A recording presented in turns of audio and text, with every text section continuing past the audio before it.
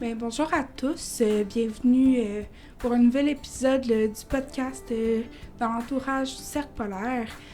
Aujourd'hui, on reçoit une invitée qui est quand même spéciale, là, qui va nous partager en fait son expérience autant en tant que proche que personne qui a vécu une problématique de santé mentale. Donc, bonjour. Allô. Est-ce que tu veux te présenter brièvement? Moi, c'est Sarah. Enchantée. Veux-tu me parler un peu là, Si on commence avec les personnes dans ton entourage là, qui ont une problématique de santé mentale, c'est quoi ton lien avec eux, puis c'est quoi qu'ils ont comme diagnostic? Pour commencer, mon père, Ouais. il a été diagnostiqué bipolaire. Mm-hmm. Sinon, il y a beaucoup d'anxiété dans mon entourage. Là. Ma mère, mon frère en a fait, mon chum en a fait. Fait que l'anxiété comme quand même sévère. Quand même sévère, Ouais. qui peut être handicapante. Ouais. Fait que c'est quand même deux problématiques. Ben, en tout cas, l'anxiété, c'est très présent en ce moment. Puis la bipolarité, je pense qu'on n'en parle pas assez. Là. C'est un peu un sujet qui porte à confusion un peu chez certaines personnes qui sont pas tant au courant. Premièrement, c'est un tabou. Puis c'est aussi que c'est ça, le monde ne comprenne pas exactement c'est quoi la maladie. Mm-hmm. Ils pensent savoir ce que c'est, mais c'est pas ce qu'on entend un peu là, à tous les jours, mettons. Non, c'est ça, c'est pas n'importe qui peut avoir un diagnostic de bipolarité puis que ça paraît pas nécessairement. Dans le fond, moi, mon père, il est décédé, j'avais 5 ans. Mm-hmm. Justement, il s'est suicidé là, à cause de sa maladie. Lui, dans le fond, c'est parce qu'il n'a pas pris de médication.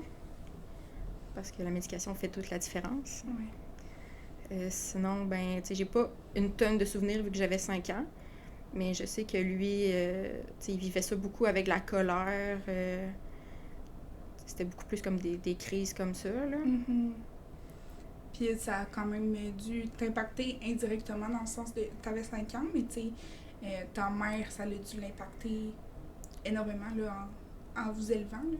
Oui, la maladie de mon père a permis à ma mère de découvrir que j'étais bipolaire à un assez jeune âge. Là. Mm-hmm. Elle a vu les patterns, si on veut, qu'on avait de pareil. Là. Sinon, c'est sûr que ça nous a comme un peu aussi rapprochés, si on veut.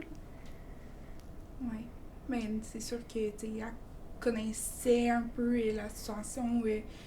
Elle a vécu la même situation avec ton père. C'était comme un renouveau, là. C'est pas facile de son côté. Non, c'est sûr que ça a été difficile, mais au final, elle a su vraiment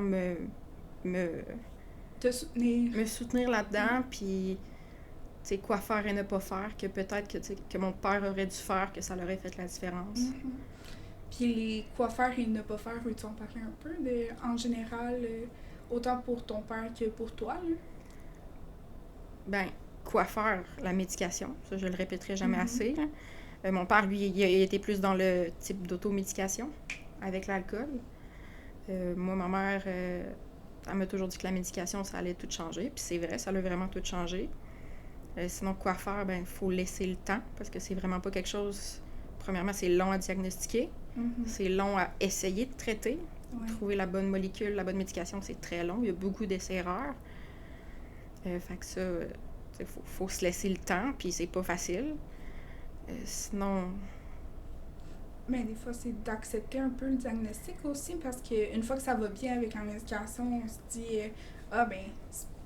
j'en ai plus besoin. Non, là, c'est ça, il faut l'accepter, puis faut se dire que même si on se sent plus malade, faut pas l'arrêter. Mm-hmm. Ça, c'est une erreur que je sais que beaucoup de personnes font. C'est un piège, faut pas tomber là-dedans.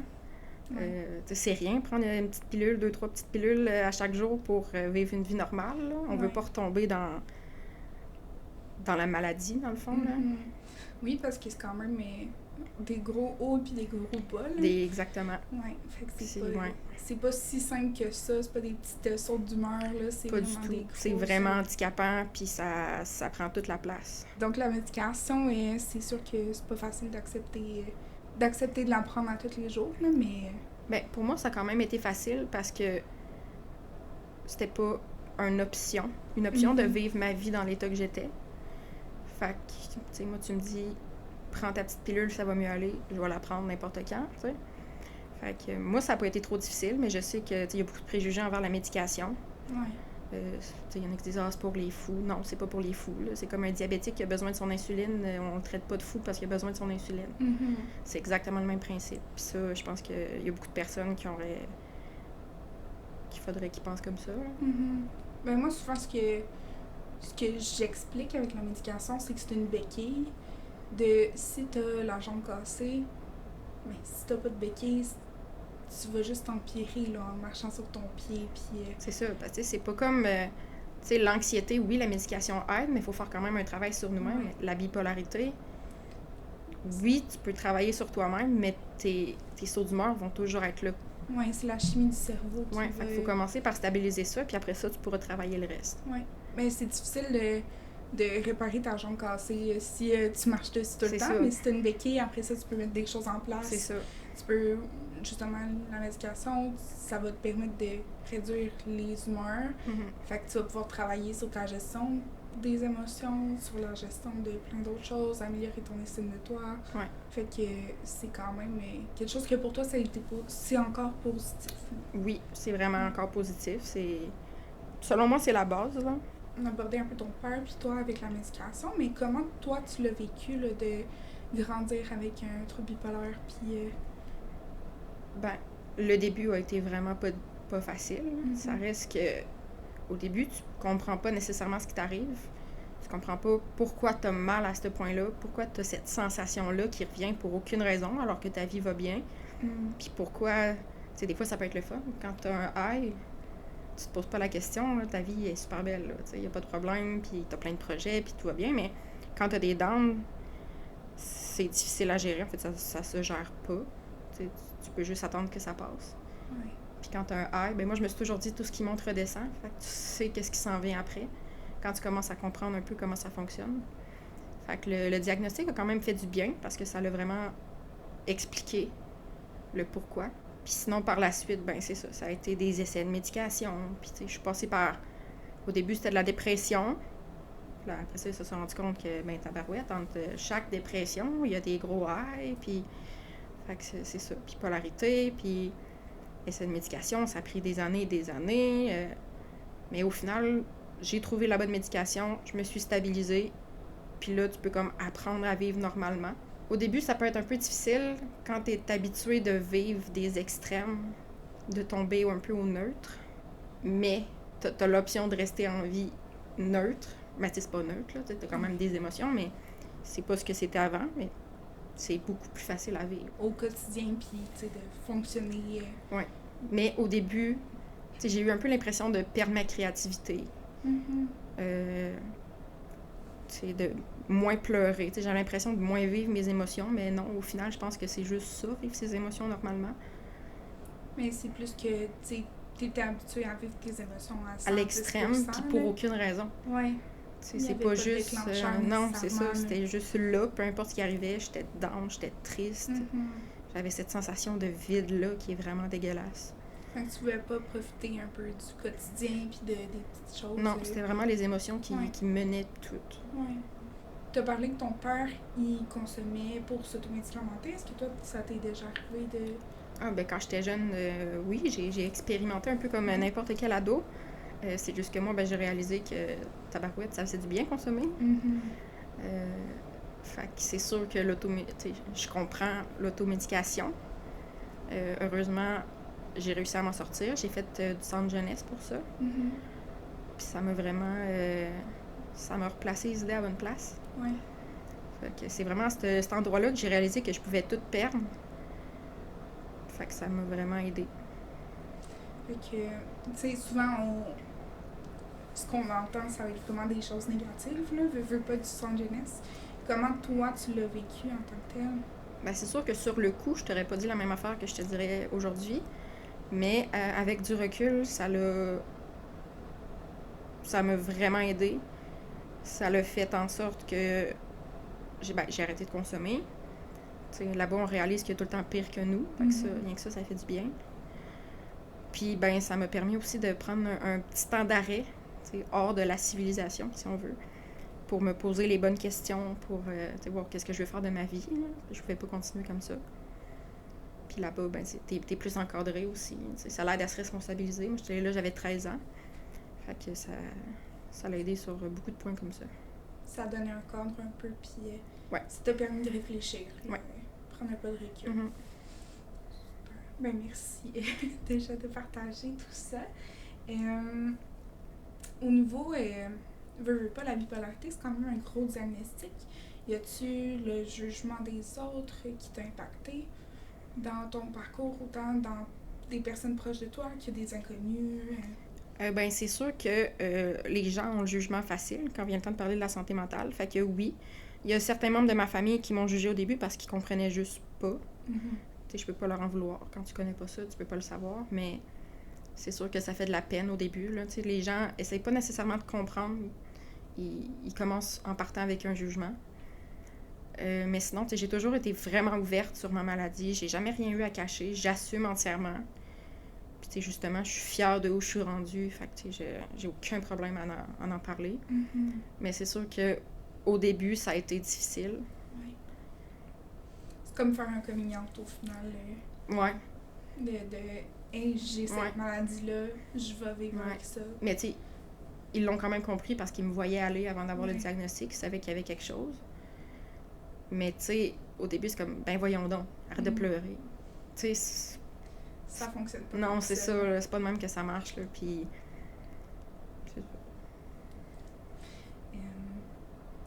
Au niveau, mettons, on a parlé un peu de bipolarité avec toi, avec ton père. Au niveau de l'anxiété, est-ce que toi, t'as vécu l'anxiété? J'ai vécu énormément d'anxiété. J'avais, mon Dieu, phobie sociale, agoraphobie, je parlais pas au téléphone, je voulais pas sortir nulle part, je voulais pas parler à personne. Je faisais des crises d'anxiété pour aucune raison.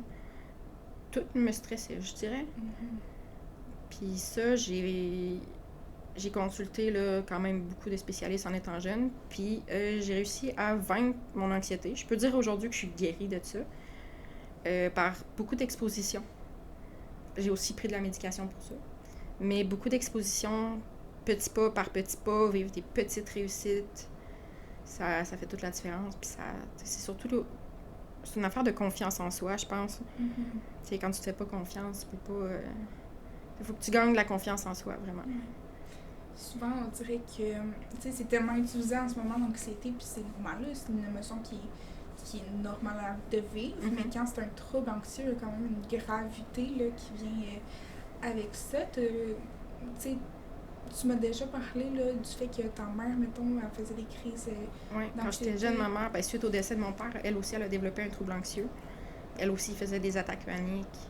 Puis, tu sais, même mon frère que, tu sais, quand tu le connais, tu fais comme, ben voyons donc, il fera pas d'anxiété. Il faisait des crises d'anxiété pour aucune raison. Puis lui-même, au début, il comprenait pas. Il pensait qu'il était en train de mourir. Tu sais, il en a pas fait beaucoup, mais il en a fait quand même.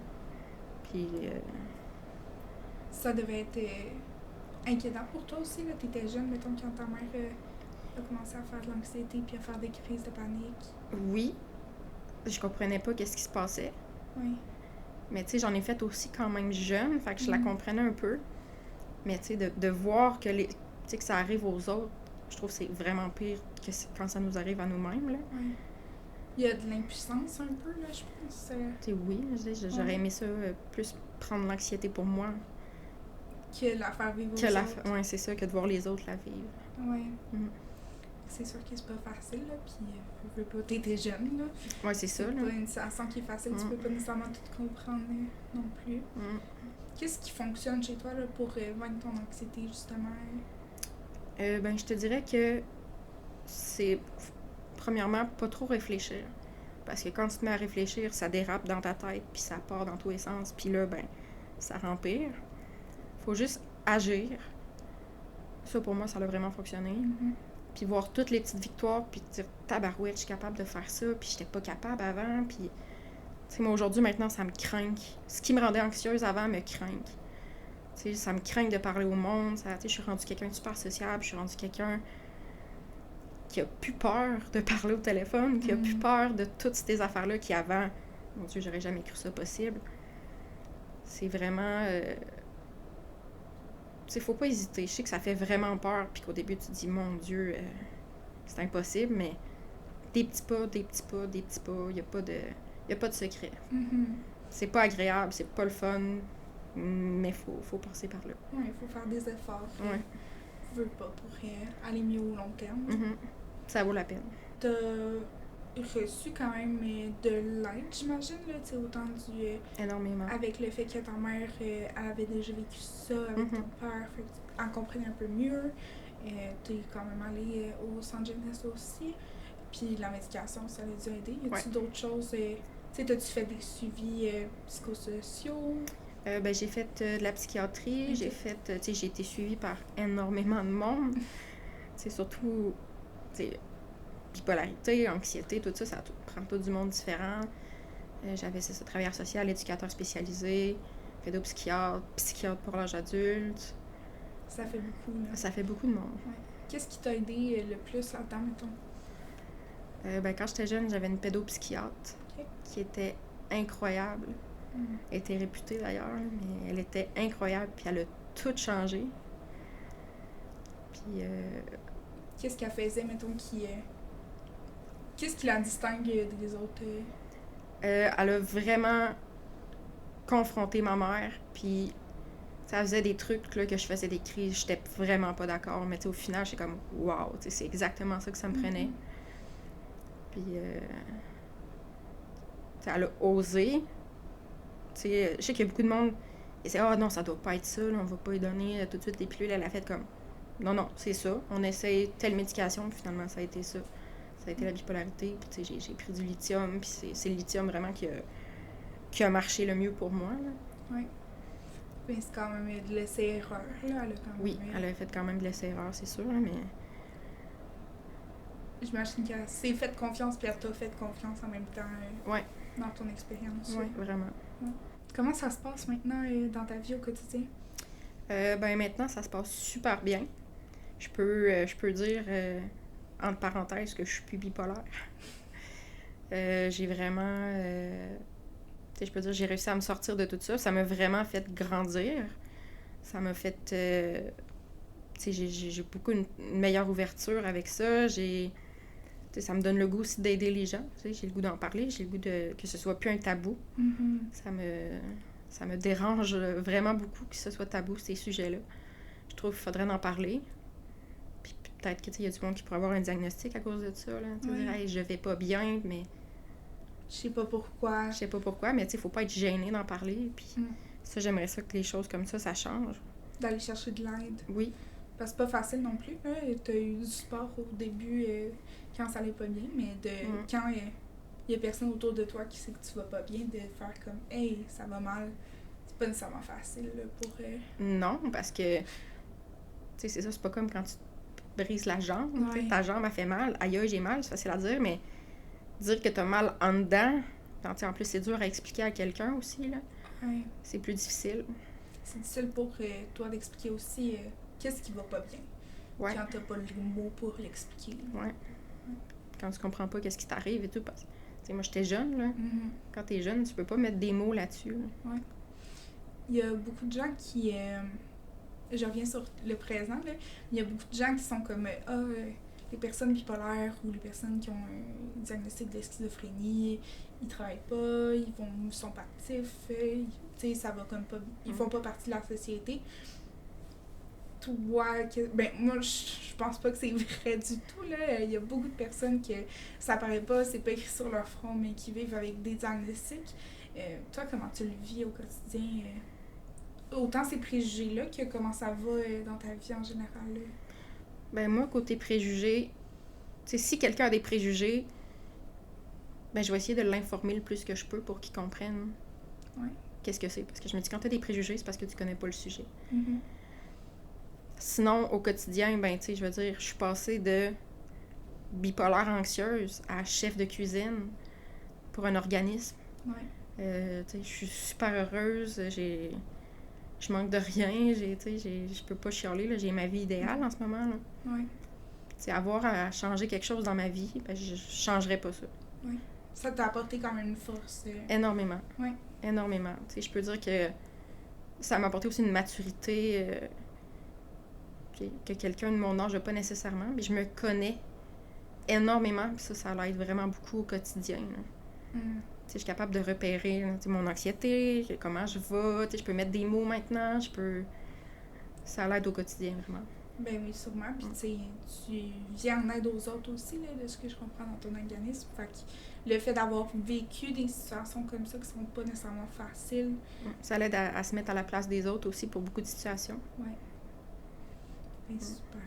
Ben, merci beaucoup. Est-ce que, pour finir, est-ce que tu aurais un conseil à donner aux personnes qui soit vivent avec un trouble de santé mentale ou qui vivent avec une personne avec un trouble de santé mentale? Mon Dieu, faut pas lâcher. Faut pas lâcher. Ça a de l'air insurmontable des fois, c'est long. Oui, c'est long, mais faut travailler fort. Puis même pour la famille autour, faut pas se décourager, faut soutenir la personne. C'est pas de sa faute ce qu'elle vit. On peut pas non plus faire la job à sa place. Mais il faut l'accompagner là-dedans, puis lui montrer qu'on l'aime, puis chaque chose en son temps, faut que le temps passe, puis que ça va finir par aller mieux. Bon, ben super. Merci beaucoup pour ta présence et ton partage merci à toi. Pour ceux qui nous écoutent, n'hésitez pas justement à demander de l'aide là, si c'est une urgence, soit au service d'urgence les policiers ou sinon au 811 option 2. Il y a toujours également les centres de crise ou centres de prévention du suicide. Puis le Cercle polaire, on est là aussi pour vous offrir du soutien aux besoins.